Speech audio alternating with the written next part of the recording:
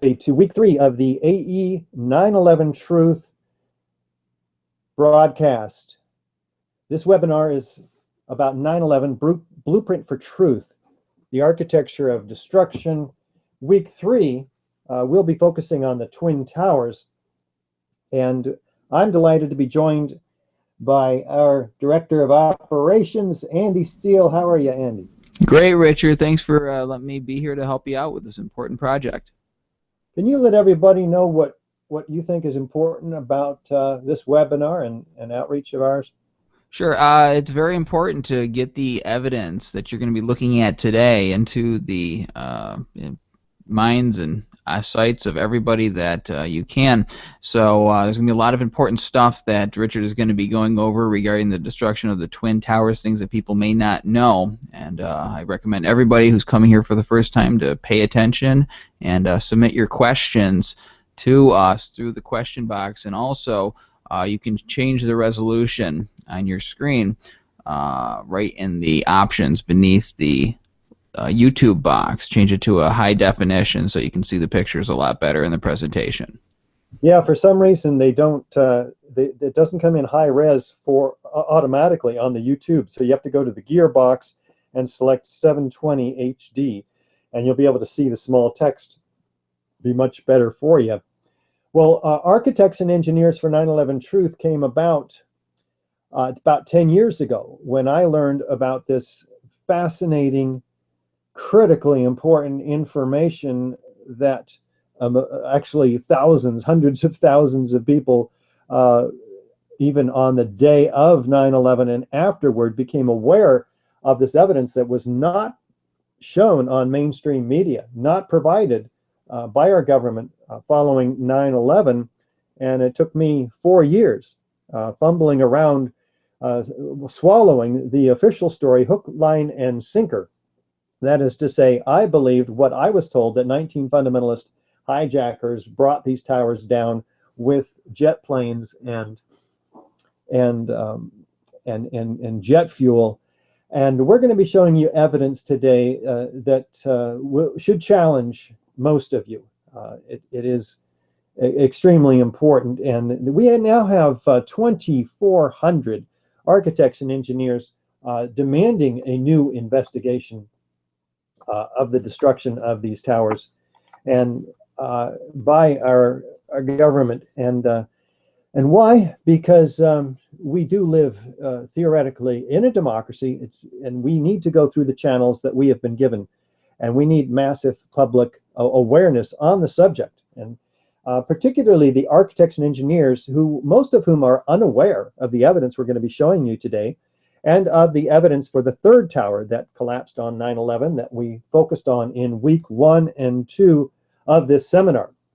I have myself been an architect for 28, 29 years now, and I've worked on numerous types of construction, including these $3 and $10 million gymnasiums in the San Francisco Bay Area, and the $125 million construction administration for this high school in the Bay Area. More recently, though, I have worked on this $400 million project in Las Vegas, Nevada, with 6 blocks of retail and 2 mid-rise office buildings and parking structure, altogether about 1,200 tons of fireproof steel frame construction.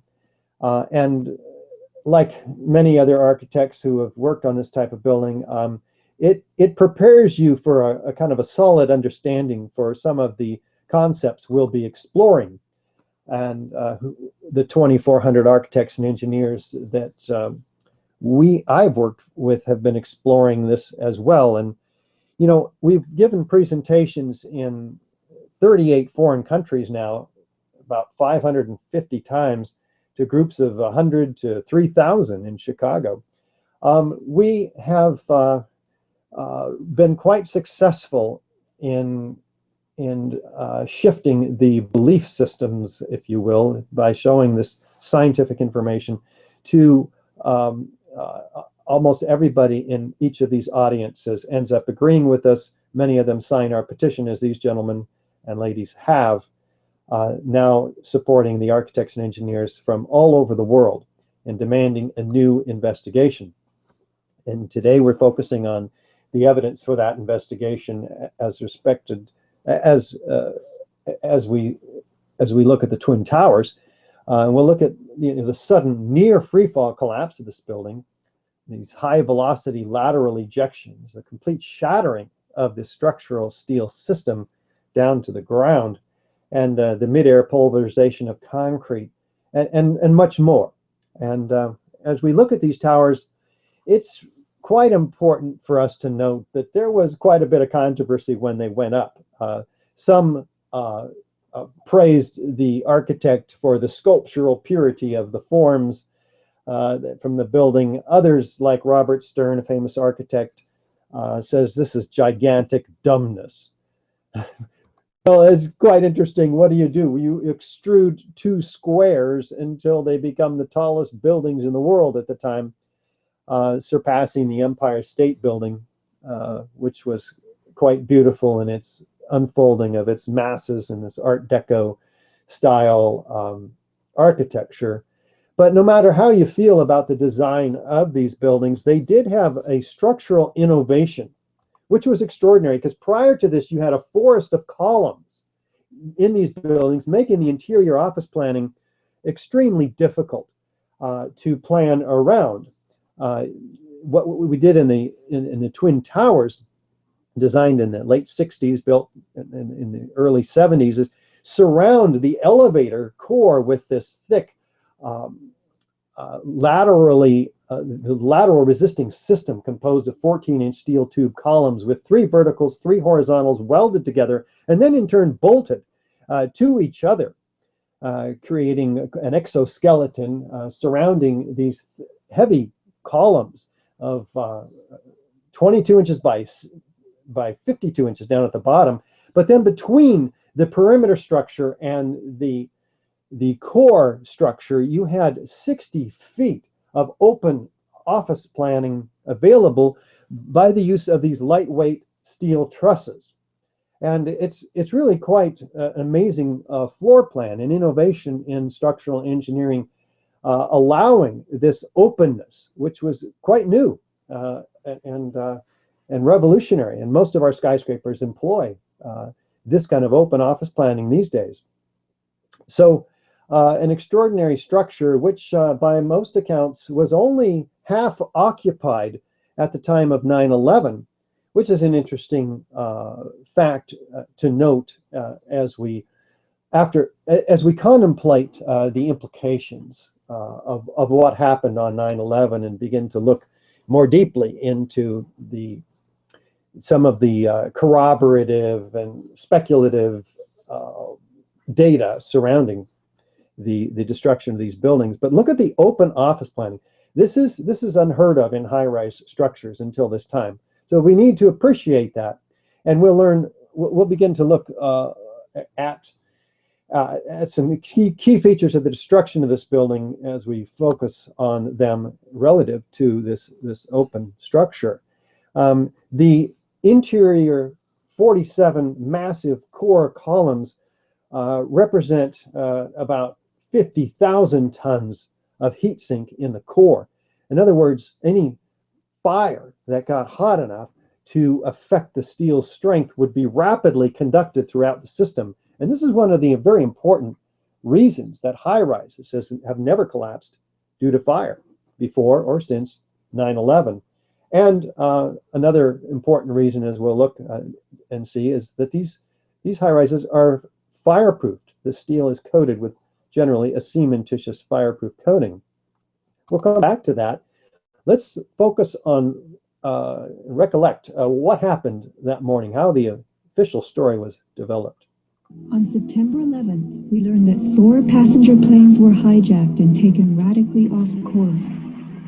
Within an hour, 2 of the planes had flown into the enormous steel towers of the World Trade Center, creating fires and eventually toppling them.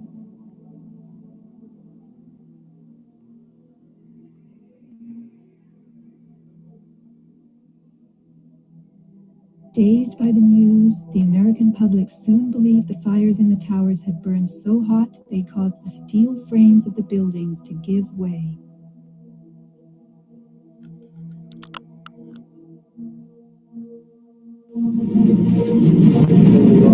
A myth developed, fed by official sources through the media to a bewildered audience.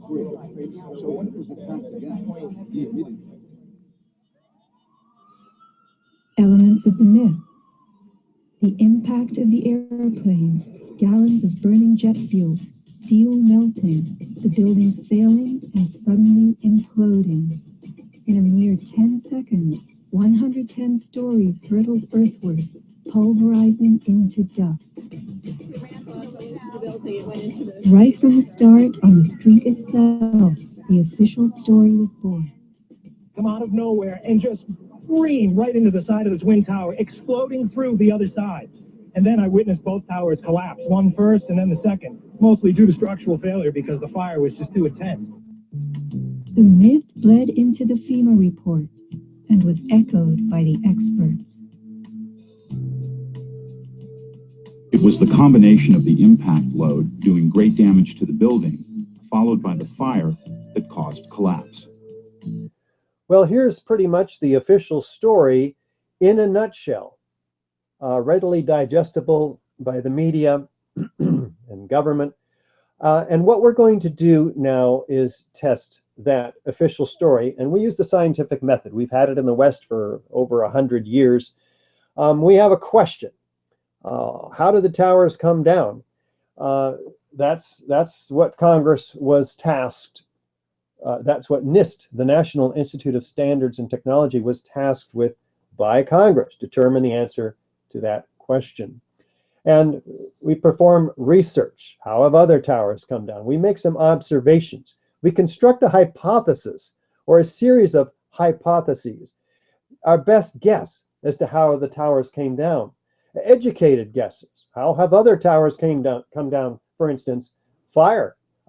We think that's our best guess. Or maybe explosives. That's a decent guess. Let's lay out all the possible hypotheses and then test them by making predictions and working with experiments to find out what makes the most sense. We analyze results, we draw conclusions. If the hypothesis is corroborated, we report the results in an open, transparent manner.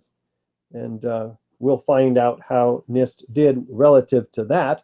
But noting very briefly that we have certainly a lack of transparency we'll be looking at on the part of NIST, which did not report their input data for their computer, which they used to prove, unquote, how these towers came down. They cited that, well, we can't release this input data. It might jeopardize public safety. Well, how could it jeopardize public safety to release this input data to the architects and engineers who are tasked with ensuring the public safety when they design these high-rises? So we have a real problem with the answer to our FOIA request, Freedom of Information Act, and their refusal to divulge. So the scientific method uses open, transparent data so that others can build on the body of the work that is being done. That's how science builds on itself. You know, we know how gravity works because the experiments were not hidden in a black box, for instance. Now, if the hypothesis is not corroborated, we go back and find a hypothesis that stands a better chance against the data and work through the cycle again until we're sure of our conclusion. With that in mind, let's apply the scientific method and see what's retroactively here. What was done? Well, in 2001, right away, we had volunteers who came together. They're called volunteers. These are volunteers that have shown up in other disaster response analyses, people and firms who are heavily dependent on federal contracts, which morphed into the FEMA, from the American Society of Civil Engineers. They now have $600,000 of funding, and we'll look at the reports that were done there. And we have a Silverstein-Weidlinger report, which is not as public, not made public for us. It was done to support Silverstein's claim for additional funds that he was seeking from the insurance companies.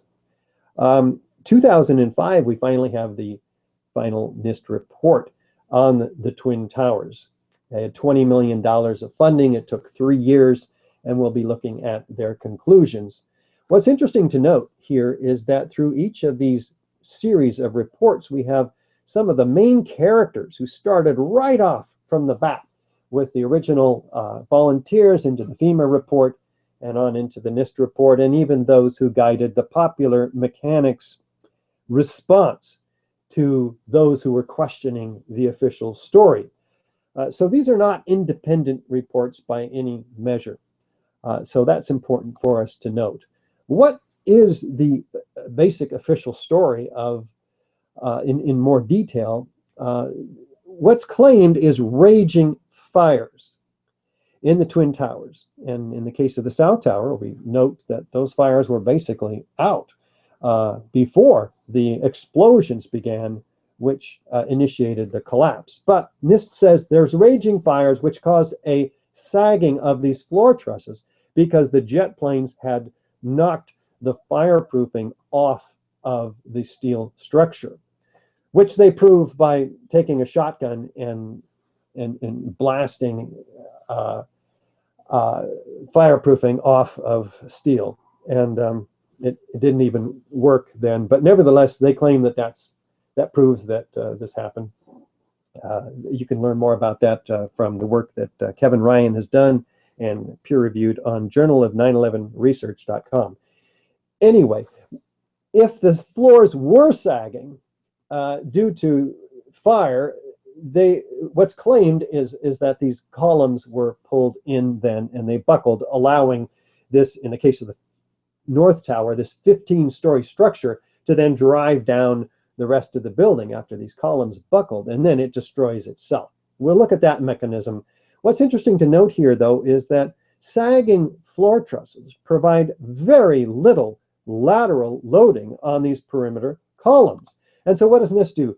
They, in their computer model, which we did learn, they impose an artificial 5,000-pound load all around these columns to force them to bend and buckle in their computer models, thus enabling, and simultaneously, by the way, all at once, showing that in their computer models then that how the building comes down in a manner that we see in the videos, which we'll take a look at in a second. So this is only one of dozens and dozens and dozens of ethical problems associated with the NIST report, which we'll be looking at some of coming up right here as we examine, is there any features of typical controlled demolition in the Twin Towers, such as a sudden onset of destruction at the location of the jet plane impacts, not at the base of the structure. Remember, this is a deception, as this is the case we're making, that in this deception we're being asked to conflate the destruction of this building with the jet plane impacts. Therefore, where would the destruction start if it was to be set intentionally? It would start at the point of jet plane impacts, where those huge explosions of jet fuel occurred, which even NIST says most of which, 90% of which, burned up outside the building. In 10 minutes, the rest of it was gone. We're talking about normal office fires after this point, heating this building up. Because the buildings came down about an hour or so after the jet planes. There's quite a bit of time in there for these fires to have burnt and then burnt out. In the case of the North Tower, almost South Tower, almost. So in this deception, we'd be looking for witnesses that heard sounds of explosions, that saw flashes of light. This is very typical features in a controlled demolition. So let's take a look and see if that's true. And it's fascinating to note that the City Fire Commissioner, Thomas von Essen, interviewed 500 of his own FDNY personnel and to preserve the account before it became reshaped by a collective memory. So even as early as October through January, we have these recordings, which were hidden by the city until the New York Court State of Appeals forced the city to release them to the New York Times. And not until August of 2005 did we have an account of these 500 made public. And here it is, because the New York Times actually published it. What did we learn? Well, 118 of these firefighters observed flashes and sounds of explosions. And guess what? None of them appear in the final report by NIST. Let's look at a couple of them. We felt the ground shake. You could see the towers sway. And then it just came down. So you'll hear this order of events again and again. The ground is shaking. The explosions are heard, and then the tower comes down. You get the order of that. It's extremely important. It's not that the tower is collapsing and therefore that's why we're hearing this. I.e., the cause of the tower's collapse is heard in the explosions that these gentlemen are hearing, and ladies. All of a sudden, the ground just started shaking. Felt like a train was running under my feet. The next thing we know, the tower is collapsing, says this firefighter. Shook my bones, says this paramedic. Shortly before the first tower came down, I remember feeling the ground shaking. I heard a terrible noise, and then debris just started flying everywhere. One explosion one floor under another, an explosion in the South Tower. Figured it was a bomb because it looked like a synchronized, deliberate kind of thing. Seemed like on television when they blow up these buildings, seemed like it was going all the way around like a belt. All these explosions, says this firefighter. These are credible professional witnesses, and yet their testimony is not included in the generation of data for the background research used in the scientific method, typically. Let's see what they're talking about. On the right, you see here the North Tower. On the left, a known explosive controlled demolition. Is there any similarity? We're looking at a sudden, nearly symmetrical onset of destruction, very, very fast. Turns out to be near freefall. Turns out to be 60% of freefall. Is there enough of a similarity to warrant an investigation into the possible use of explosives, especially since it looks exactly like a controlled demolition, especially since no fire has ever brought down a skyscraper, ever. We have hundreds of examples, at least 100, of very hot, large, and long-lasting fires in these buildings. Yet NIST went straight for the hypothesis of fire and sought to justify that with their computer models and their selection of witnesses, obviously ignoring the witnesses of explosions. In fact, Congress actually tasked NIST with explaining to the American public how these buildings came down due to fire. They actually prescribed in the language of the charter that fire was the cause of the building. So NIST was actually kind of hamstrung by the original charter. Somewhere around the middle of this World Trade Center, there was this orange and red flash coming out. Initially, it was just one flash. Then the flash kept popping all the way around the building, and the building had started to explode. Let's take a look at the South Tower. On the right, a known controlled demolition on the left. Is there any similarity? Is there enough similarity to warrant an investigation into the possible use of explosives? We think so, and yet NIST did not even look for evidence of explosive residue after claiming a year before that they found no evidence for explosives. When pressed, they agree in writing that they never looked. I thought the terrorists planted explosives somewhere in the building. That's how loud it was, a crackling explosive. Well, let's listen to these credible witnesses, which represent hundreds of witnesses, but we don't have time to show you all of them. Take a look at these. As we were getting our gear on and making our way to the stairway, there was a heavy-duty explosion. The whole building just collapsed on us inside the lobby. Was that a secondary explosion? Yes, it was. That was the... Yeah, definitely a secondary explosion. I heard a second explosion and another rumble. An hour later than that, we had that big explosion from much, much lower. It just went boom, it was like a bomb went off. And another explosion came right from it, just everyone flying. There were numerous secondary explosions taking place in that building. There were continuous explosions. No, the first explosion, and there was a second explosion in the same building. There were two explosions. Okay. Federal agencies that were down there do believe that there was some sort of explosive device somewhere else besides the planes hitting. There was another explosion that took place in one of the towers here. So obviously, according to his theory, he thinks that there were actually devices that were planted in the building. There was a secondary explosion, probably a device either planted before or on the aircraft that did not explode until an hour later. Then there's no secondary explosions and then the subsequent collapses. That the FBI most likely thinks that there was a car or truck packed with explosives underneath the buildings, which also exploded at the same time and brought both of them down. Now that's the first time we're hearing that. So two planes and explosives that were in the building, is that correct? That is the working theory at this point. That is...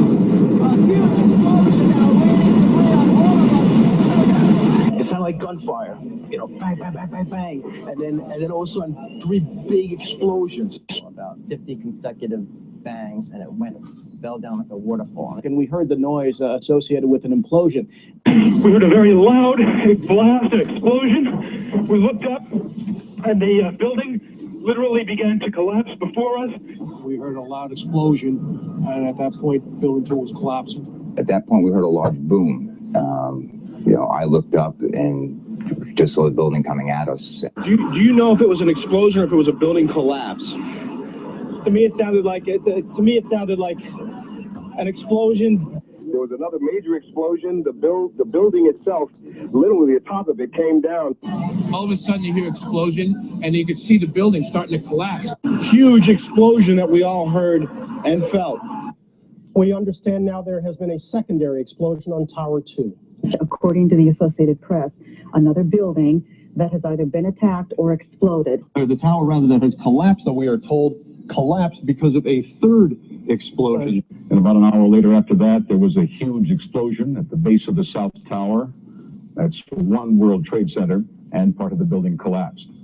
We could hear a rumble, which was about 5 seconds long, preceding the actual collapse, and then a boom when each of those towers collapsed. Just seconds ago, there was a huge explosion, and it appears right now the second World Trade Tower has just collapsed. I was about 5 blocks away when I heard explosions. And then you heard from far away, boom, boom. And you heard the boom, boom, boom, boom, boom, boom.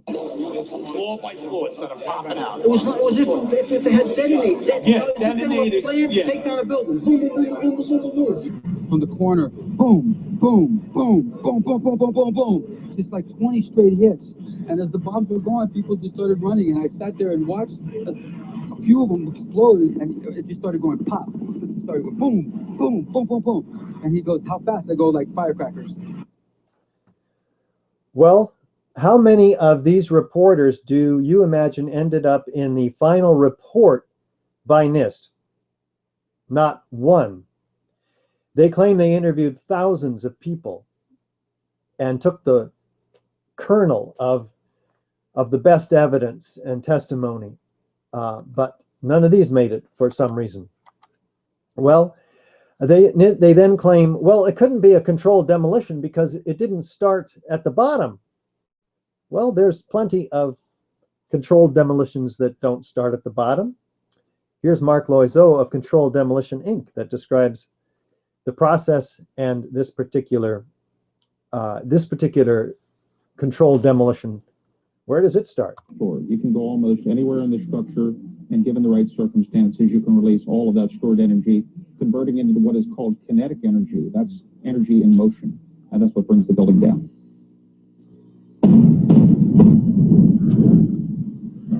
From the top. Well, NIST says, well, the upper part of this building, after the damage from the heat from the fire weakened the steel, drove the rest of the building down to the ground and then destroyed itself. We're going to take a look at the physics of this with Newton's third law of motion, where we have an equal and opposite reaction. When a lighter body collides with a heavier body, what happens? We all know. In this case, the Volkswagen cannot possibly do a lot of damage to this Mack truck. What happens if we drop the Volkswagen on the Mack truck? Does that help the situation? No. Same situation. You might dent the bumper, the front grille of the Mack truck, but you're not going to do much damage to it. Just not going to happen. The lighter part of a structure, any structure, in this case the Twin Towers, cannot possibly damage the hard, cold, intact steel, which gets heavier and heavier, stronger and stronger with each successive floor, because the steel framing and engineering in the structure below has to hold up all of that weight. In concept, it's a pyramid, actually, of structure and steel density. The lightest part is at top, where the steel members are only 1/4 or 1/8 inch thick.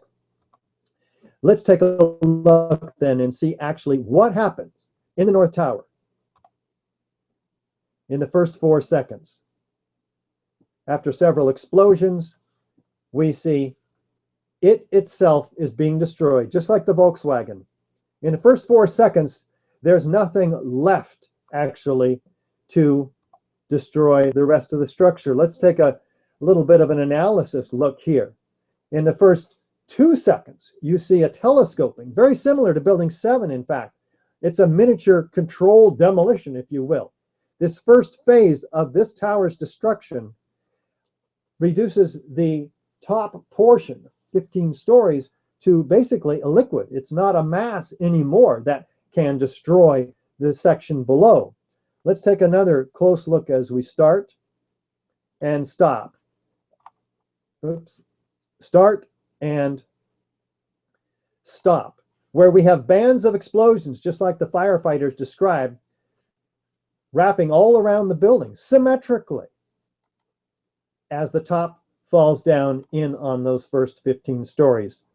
In fact, do any of the photos or videos show an upper 15-story section, in the case of the North Tower, driving the rest of it down? No, it's gone. After that, what you see is the building tearing itself apart. And it looks very similar, in fact, like the volcanic eruption in the Tongan Sea in 2009 on the right, World Trade Center 1 on the left. Much more similar to this massive explosion in the case of the Twin Towers, more like massive explosions, thousands of them. What does it look like to you intuitively? Ask yourself, is this an apple or is this an orange? We're told it was an orange, but it's obviously an apple. Look down below where you see a massive series of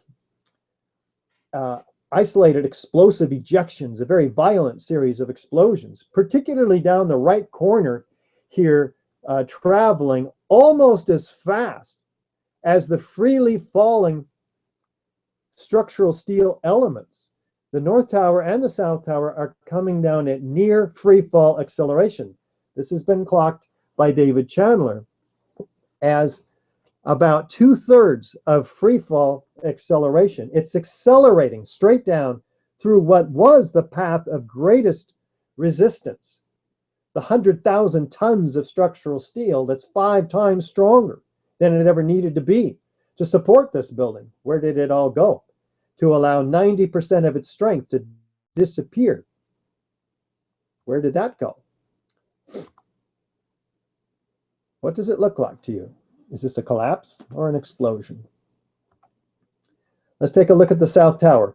It begins after these series of explosions, which you can see now, to tip. In fact, it's falling at 22 degrees off center. So we have asymmetrical loading from this piece, this 30-story section in the case of the South Tower, falling off of the mass. We have asymmetrical damage from the columns done by the jet planes. We have asymmetrical damage from the fires, because fire only burns through a given area in the building, every 20 minutes or so. That's all the fuel there is. So it continues looking for fresh new fuel sources. So buildings that fall due to fires fall asymmetrically.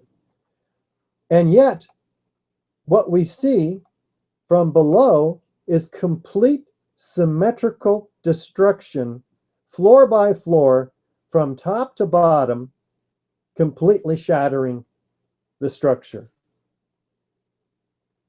What are we looking at? Take a close-up look now from below. Are we looking at a pancaking collapse, or are we looking at a series of hundreds of explosions? Individual explosions all working together to create a roar, which is what most of the witnesses described, a massive roar, in addition to those other witnesses you heard, which heard individual pop, pop, pop, pop, all the way down, completely shattering the structure down to these shards remaining at the base. And look at the deeply oxidized and reddened ends of these beams, where the individual elements of these columns, are flayed out. Some of them convex on one side, concave on the other, indicating perhaps a side concussive blast, as suggested by Gordon Ross from Scotland in his. We have a straight down symmetrical progression outside the footprint. Number 2 in our series of features of controlled demolition. Well, it's a 207-foot wide building, and the material is all around it symmetrically in a 12 to 1400 foot radius or diameter, destroying the winter gardens on the left there, 600 feet away from the North Tower. And look at building 7 on the right. We have complete symmetrical destruction in an implosion, a classic implosion. This highlights the difference between World Trade Center 7, which we looked at in week 1 and week 2 of this webinar series. Compare that to the massive, complete catastrophic destruction and lateral distribution of all of its structural elements outside the building footprints. Do we have evidence of explosives or squibs, isolated explosive ejections? Well, take a look where we have here, here, and here, 60 stories down, as much as in 20, 40 stories down, in this case, 60 stories down, isolated explosive ejections. Are they going off, explosives going off at the wrong time, perhaps, mistimed? Clearly, they're explosive. And take a look, as you see here. These are pulverized building materials, not puffs of air, as NIST suggests, being produced by that non-existent pile driver, which destroyed itself in the first 4 seconds, as you see here. There's nothing left to push air through a massive system. Plus, if this was, in fact, air being pushed down the elevator hoistway, it would reach that open office planning that's typical on each of these floors and blow out all these windows, or none of them, but not these highly focalized, pinpoint accurate, violent ejections occurring in a geometry like fireworks, or in this case in the South Tower, where on the left side of this beginning to collapse building, simultaneously through multiple floors, hundreds of isolated ejections, at least dozens in this case, all at once, explosives appearing to be compromising the structure, allowing it to fall suddenly at near free fall acceleration. Well, these explosions are clocked by As the South Tower begins to explode, physicists. Track 2 squibs near the bottom of the frame. They shoot out quickly at first, then slow and merge in with the rest of the dust cloud. Using the first few data points, we see the first squib shoots out at 44.98 meters per second, or about 100 miles per hour. Doing the same for the second squib, we get a speed of 56.3 meters per second, which works out closer to 126 miles per hour. Those are speeds associated with explosives, not air pressure produced by some piston somewhere. So, and again, you can see the pulverized building solids in these isolated explosive ejections. And what's happening to the structure itself? Is it totally dismembered, which is the object of a controlled demolition? So you can pack it, load it, ship it away. A lot of isolated explosives completely shattering the structure down to the ground, as we've seen, and distributing these structural steel elements outside the boundaries of the perimeter of each of the towers, such that, you know, we don't have even a pile of floors down at the bottom. These structural steel elements are broken up into shippable lengths. And we have the lateral ejection of steel. This is one of the elements of explosives that the National Fire Protection Association refers investigative agencies to look at, the shattering of the structure and the ejection of its structural components. As you see here, freely flying structural steel sections. Here's section 1. This is not like a banana peeling of the exterior perimeter structural steel system. And particularly here, where we have a 45-degree angle of this element shot out of the building. 1, 2, 3, forward, back, 2, 3. 1, 2, 3, back, 2, 3. This is clearly an ejection of a 4-ton structural steel section, at least. And it's been shot out horizontally, and then, of course, gravity begins to take over. Well, how does gravity work? Gravity works down. What is the outward component or vector of this ejection? What's causing that can only be explosives, for which we have abundant evidence that you've seen so far and coming up. The heavier elements from the mechanical floors are shot even farther, indicating much more intense high-energy explosives probably involved in this case, enough to send a 200-pound cannonball 3 miles for each of these 4-ton sections. That's a lot of energy, because there's a lot of distribution of thousands of structural steel elements. Where does that energy come from? And what's left at the bottom of each of these towers? Well, we should have 110 steel floors that, concrete floors that should be stacked up, you know, in a pancaking collapse. Tom Patrizio was one of the contractors who delivered those floor panels, and he's back helping with the cleanup. He says, not one floor panel. Where did they all go? There were 6,000 of them. Well, on the right, you see what should have been, what would be more typical of a pancaking collapse in Mexico in this case. On the left, you see maybe a 3 or 4 story pile of core columns, perimeter columns, aluminum cladding, and other debris. No stacked up floors. 110 are missing. They're the size of a football field, each of them. Well, they're occurring, what's happening to them appears to be in these massive pyroclastic-like clouds of pulverized concrete, because the concrete is not down at the bottom. It's not breaking up after it develops its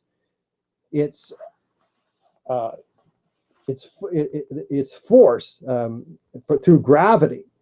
No, we're talking about the massive breakup, pulverization in mid-air.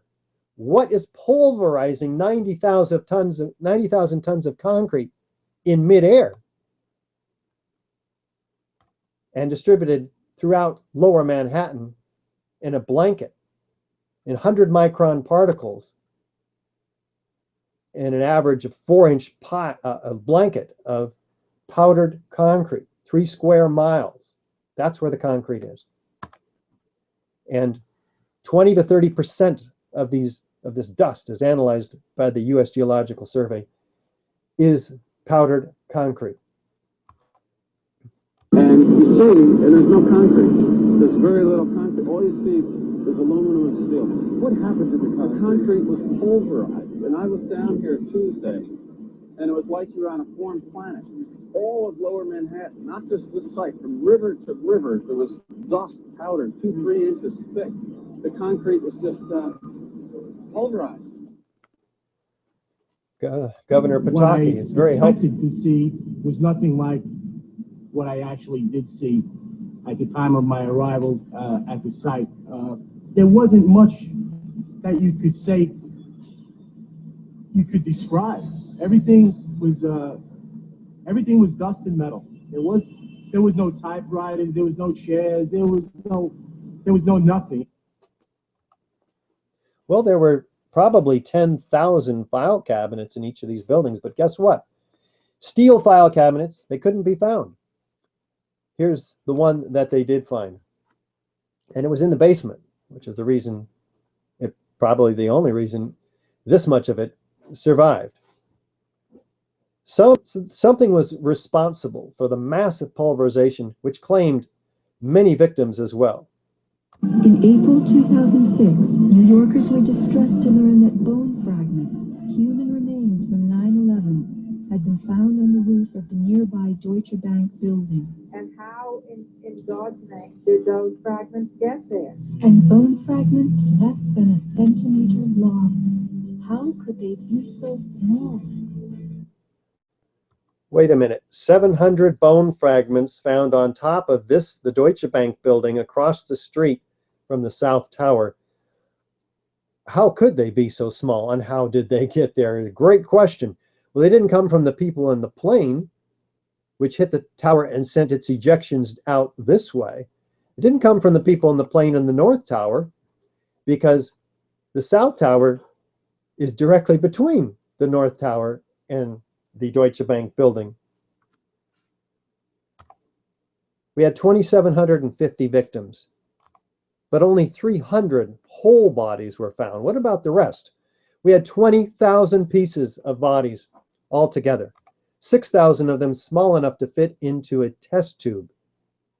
And yet, 200 pieces matched to one single person.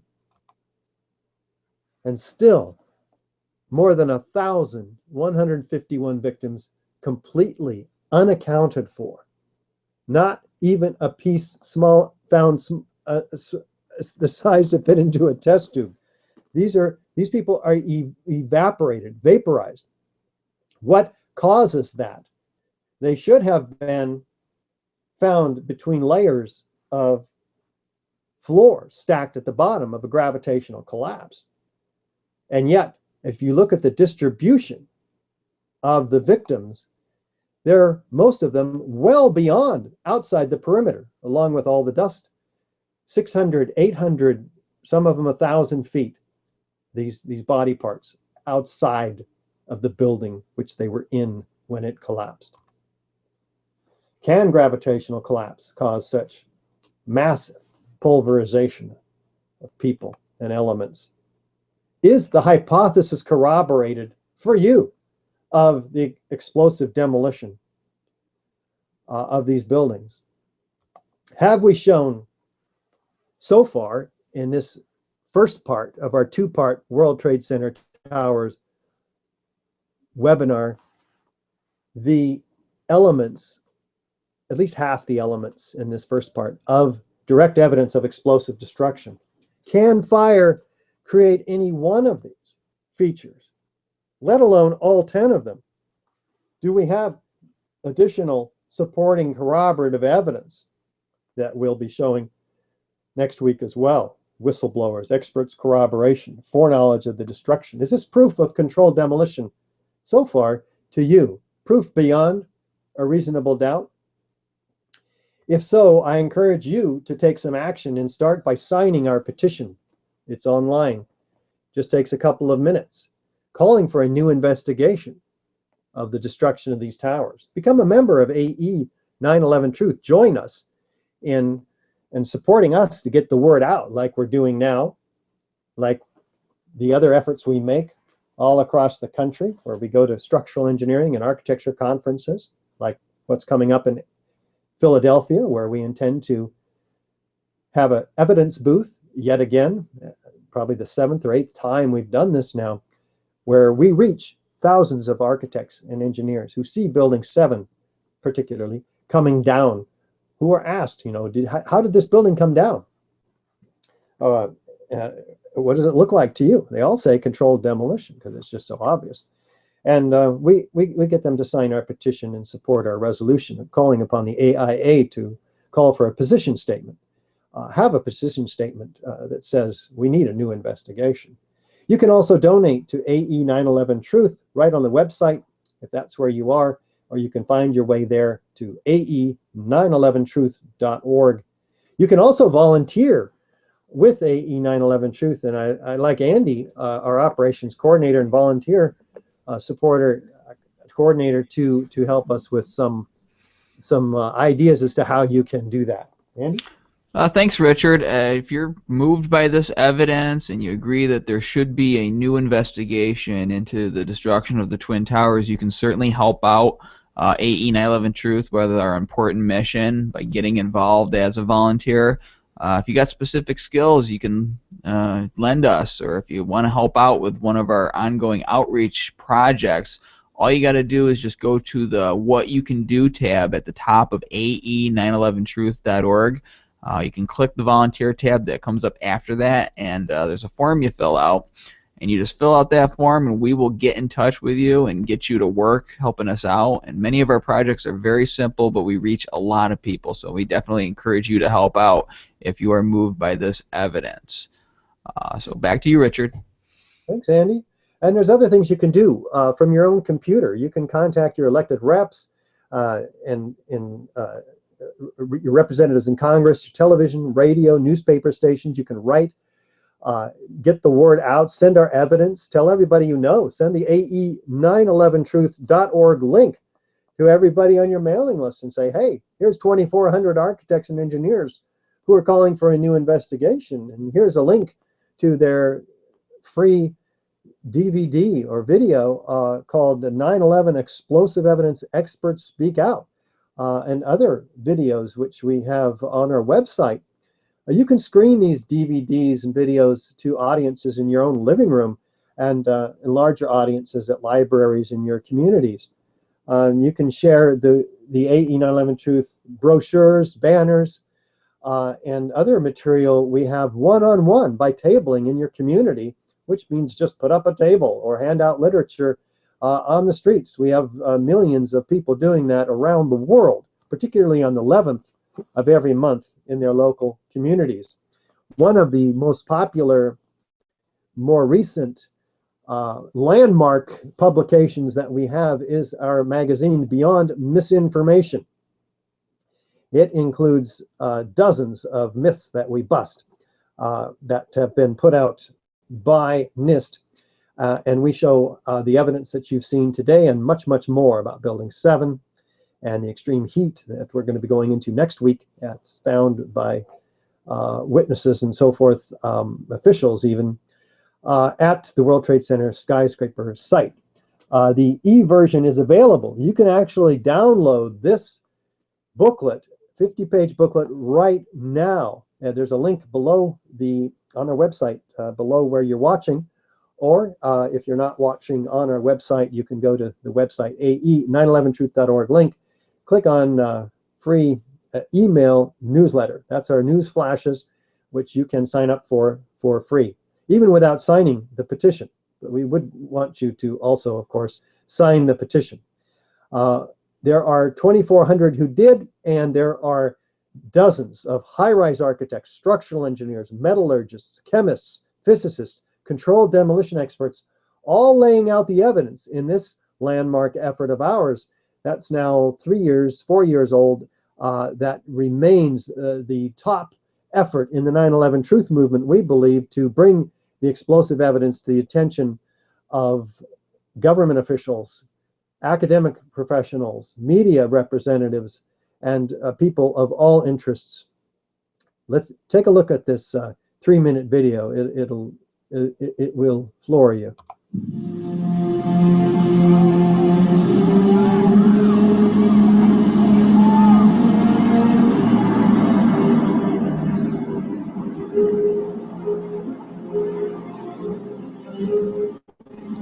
involved in conspiracy theories. I know that there are lots of them. They can go on. We can speculate on that forever. What we really need to know is how those buildings came down. World Trade Center 7 collapsed because of fires fueled by office furnishings. It did not collapse from explosives or from fuel oil fires. To undermine scientific integrity is to undermine our democracy. This is what NIST has done, denied and ignored crucial evidence. The American people absolutely need the truth of 9/11. More than 1,500 architects and engineers and 12,000 others, including many scientists, have signed the petition calling for a scientific investigation of the destruction of the Twin Towers and World Trade Center Building 7. The report, issued by the National Institute of Standards and Technology, referred to as NIST, was not valid science. They're talking about a single columnar collapse or failure that resulted in a total collapse of the building. Building number 7 descended in free fall for the first 100 feet, which means that there was absolutely no resistance to descent whatsoever. So all of the columns really needed to be severed at the same time. The symmetry is the smoking gun.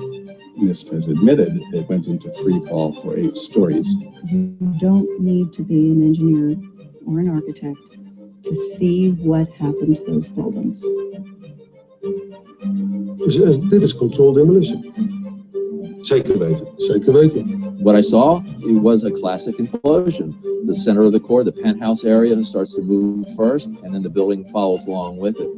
NIST excluded the documents from FEMA and Appendix C that documented the evidence of melting steel.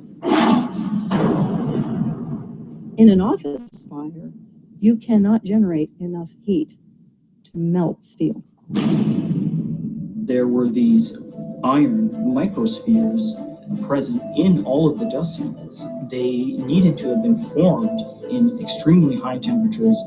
All the characteristics of the microspheres, along with what I see in the attack of the beams that were actually found, tell me that thermite was involved. In the dust, what we have found is a modern version of thermite, which we call nanothermite. NIST concedes that they found no evidence for explosives. So then we asked them, well, did you look? And they said, no, we did not look for explosives or residues of explosives. And in fact, the evidence is overwhelming that these red-grade crystals are very high-temperature incendiaries. And we have watched as scientific integrity has been undermined and scientific research politicized in an effort to advance predetermined ideological agendas. If this is a crime, I think everybody agrees it's a crime. Evidence was removed from the scene of the crime. You can't do science when you are deprived of the evidence and when your hypothesis is the least valid instead of the most likely. And the most likely hypothesis in the case of Building 7 wasn't even mentioned. This is not science.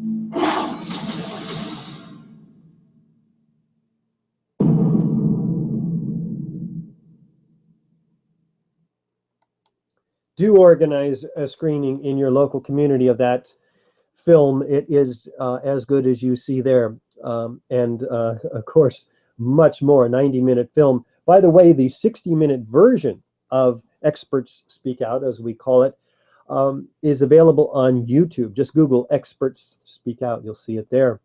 Our latest film includes Eric Lawyer and myself busting 24 myths from NIST.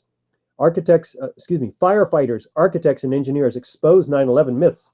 And we're in the middle of a national tour, the Northwest portion of which begins this Friday in Seattle.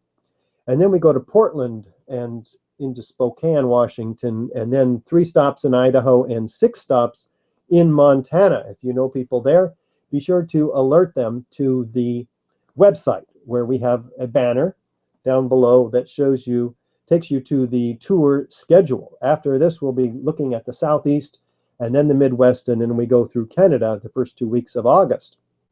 So a lot of exciting things coming up for AE911 Truth.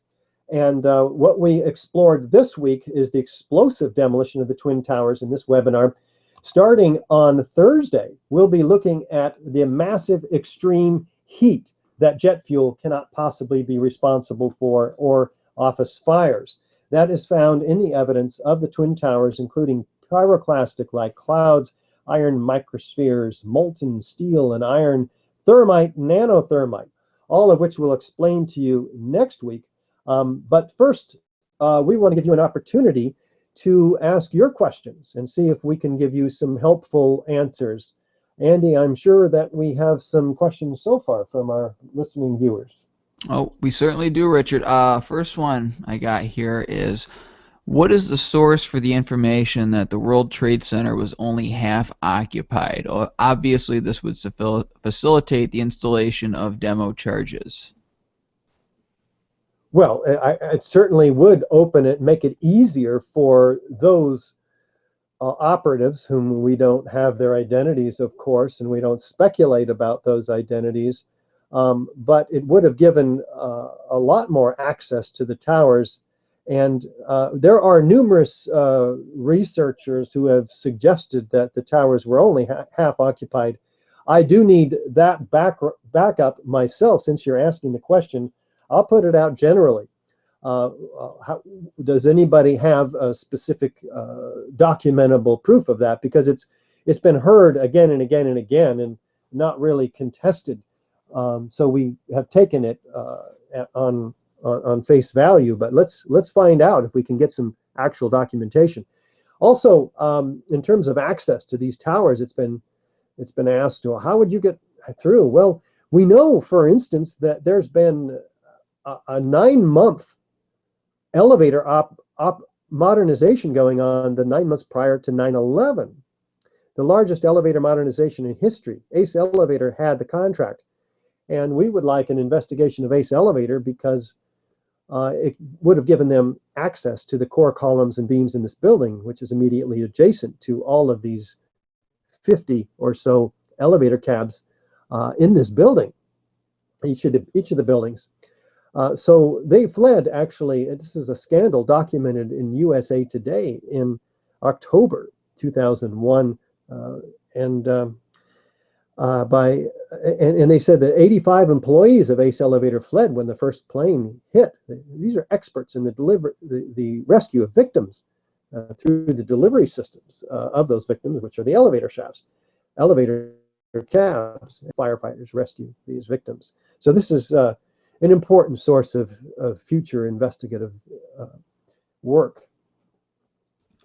Okay, the next question, I'm going to combine a couple of them because there's a couple that are asking about this, but it's making reference to the 5,000-pound lateral load on the perimeter columns.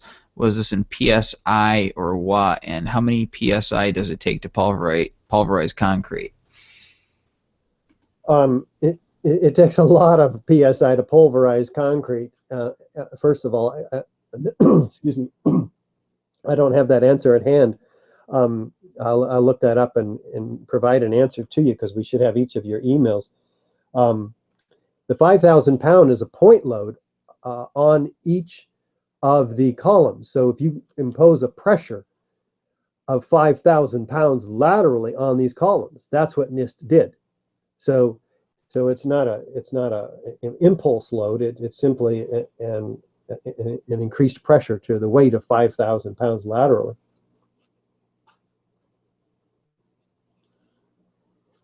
Which then forced forced each of those columns to buckle, enabling the load above this floor to come down. Go ahead, Andy.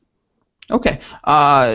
Next question is, have you given any presentations at universities across this country about this? We've given about 60 presentations at universities around the world altogether. Okay. The next question is more political, but it's asked, I presume this is a non-issue for current political candidates? In general. Well, we would like to have it be the topic. Shouldn't it be the topic that's discussed in all of these political discourses and debates that we're having? I mean, this is the event that started two major wars. We've invaded Afghanistan and Iraq. We've murdered, well, some call it that, some call it collateral damage, but anyway, 2 million people have been killed. And our civil liberties have been taken away in legislation and executive orders, such as the Patriot Act, the Military Commissions Act, the National Defense Authorization Act of 2012, in which any of us can be arrested without being told what we're charged with, without a right to a lawyer, a trial, a jury. This is incredible loss of civil liberties, and we can even be tortured, even assassinated, for merely being associated with terrorism. And that's not even defined.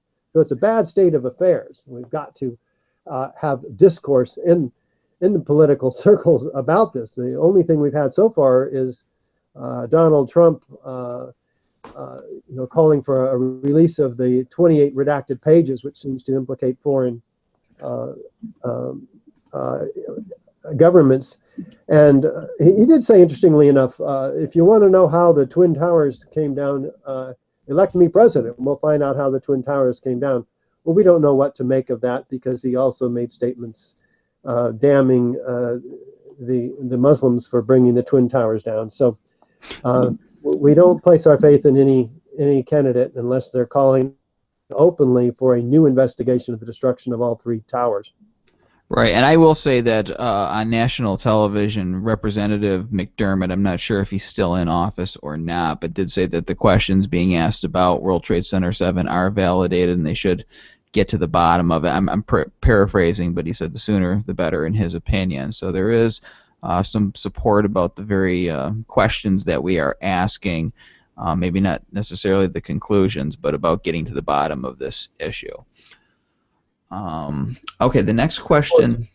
Of course, we have also taken our petition when we reached 1,000 and then 2,000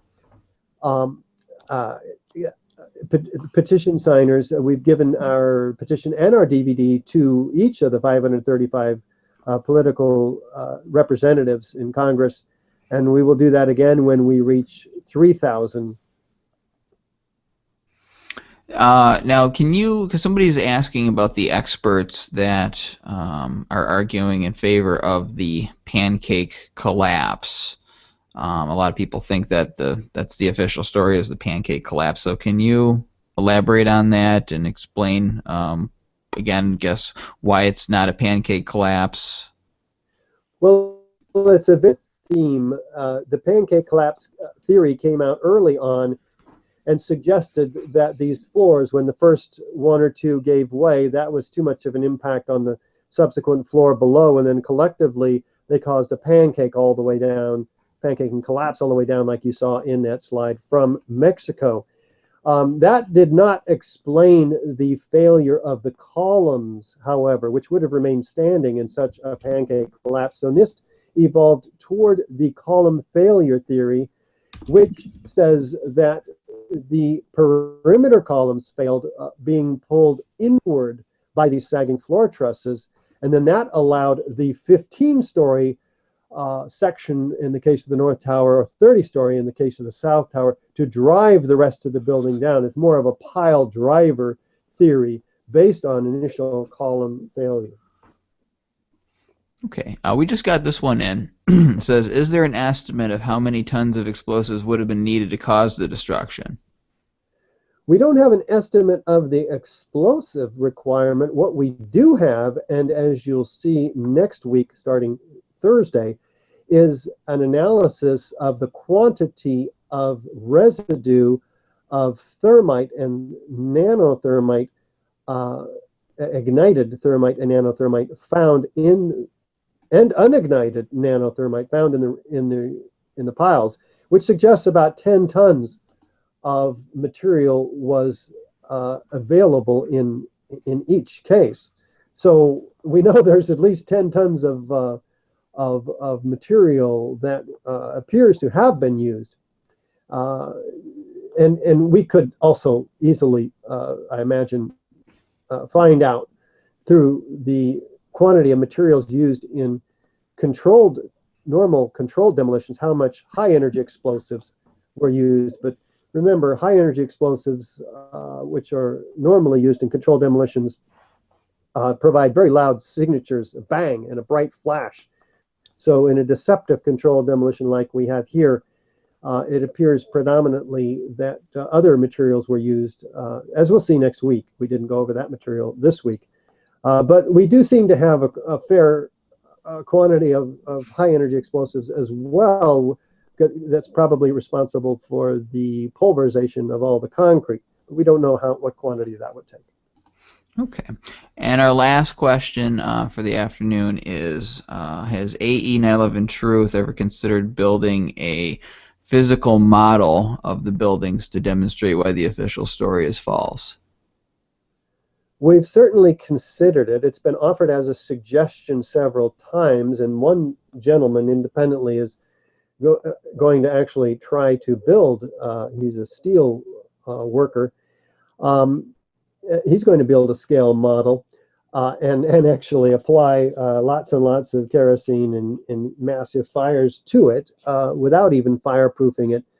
But the problems associated with models are in the scaling of the structural elements themselves and the destructive elements. Fire doesn't act the same on a model than it does as it does on full-size structural elements. So it is fraught with problems, and such experiments would be fraught, and their conclusions would be fraught with criticisms, and most likely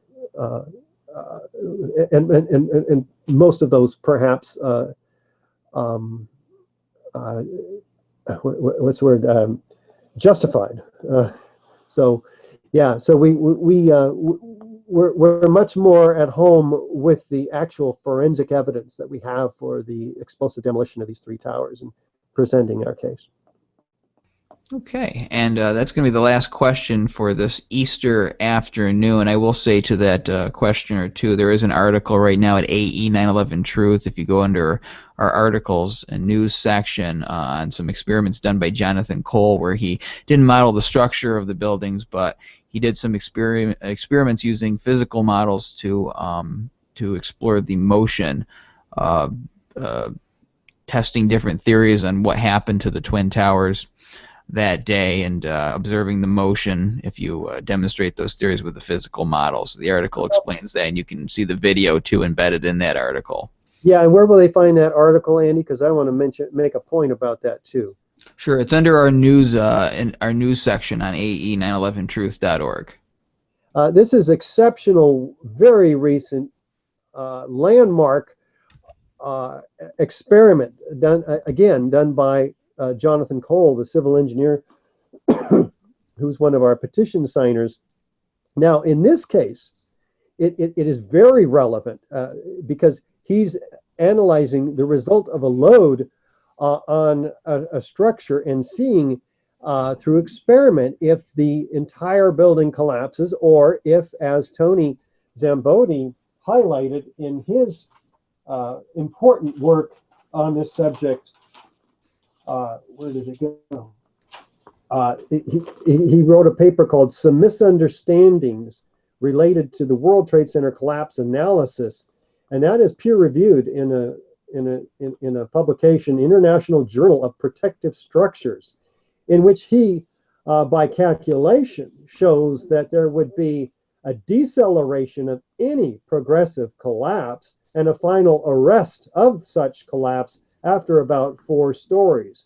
We'll be including that in next month's series in week 3. Fascinating, and it's actually shown by experiment by John Cole as well. It shows the exact same results. So now we have results by calculation, and we have results by experiment. And experiment is what is used to create computer models in the first place. They all go back to the reality of the original experiments, and then those experiments are extrapolated and used to create various computer models. And that's the point that John so eloquently makes in his video that you can see on YouTube now. All right. Well, I want to thank everybody for showing up and watching this presentation here this Sunday afternoon. We do these every Thursday at 1 o'clock Pacific time, 4 o'clock Eastern time, and on Sundays at 4 o'clock Pacific time, 7 o'clock Eastern time. So if you are moved by this evidence, you find it intriguing, find another person to watch it and talk about it afterwards and tell people about these webinars.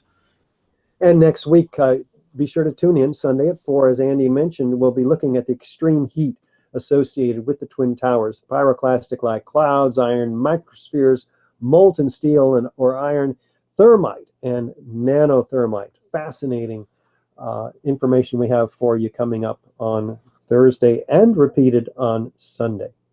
Thanks, everybody.